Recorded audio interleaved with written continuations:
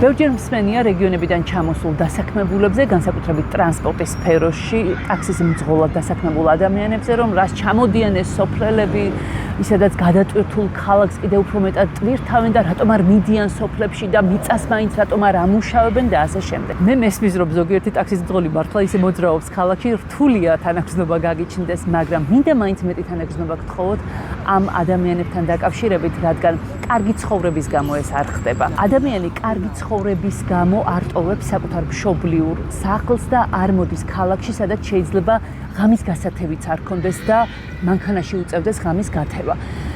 და შოულობს კაპიკებს იმისთვის, რომ საკუთარი ოჯახი გადაარჩინოს. თორემ დარწმუნებული ვარ, იმის შესაძლებლობა რომ იყოს, რომ ამ ადამიანებმა მშობლიურ სოფლებში ელემენტარული შემოსავლის მიღების პერსპექტივა რომ დაინახონ, აბსოლუტურად დარწმუნებული ვარ, რომ აქ არავინ არ გაჩერდება. ამის გაკეთება უწევთ და ეს არის იძულებითი ღონისძიება და არა მათი არჩევანი. და რაც შეეხება იმას, რატომ არ ამუშავებენ ისინი მიწას. ჯერერთი მიწის დამუშავებას სჭირდება ფული. და არ არის ეგრე, რომ მხოლოდ ბარის და თოხის გამოყენებით შეიძლება რაღაც საოცარი მოსავლის მიღება.